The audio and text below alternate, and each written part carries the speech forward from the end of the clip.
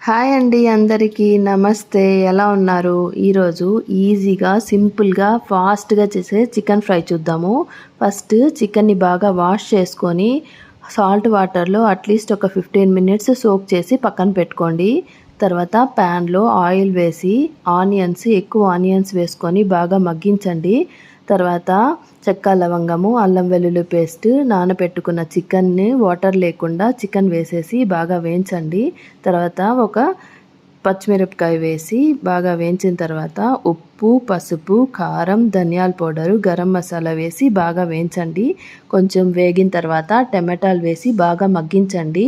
టమాటాలోని water, చికెన్లోని water సరిపోతుంది. మీరు సపరేట్గా మళ్ళీ వాటర్ వేయాల్సిన అవసరం లేదు. తర్వాత మిరియాల పౌడర్ వేసుకొని పైన కొత్తిమీరతో గార్నిష్ చేసుకొని తింటే చాలా చాలా టేస్టీగా ఉంటుంది. ఎలా ఉందో కామెంట్ చేసి చెప్పండి. Okay, bye.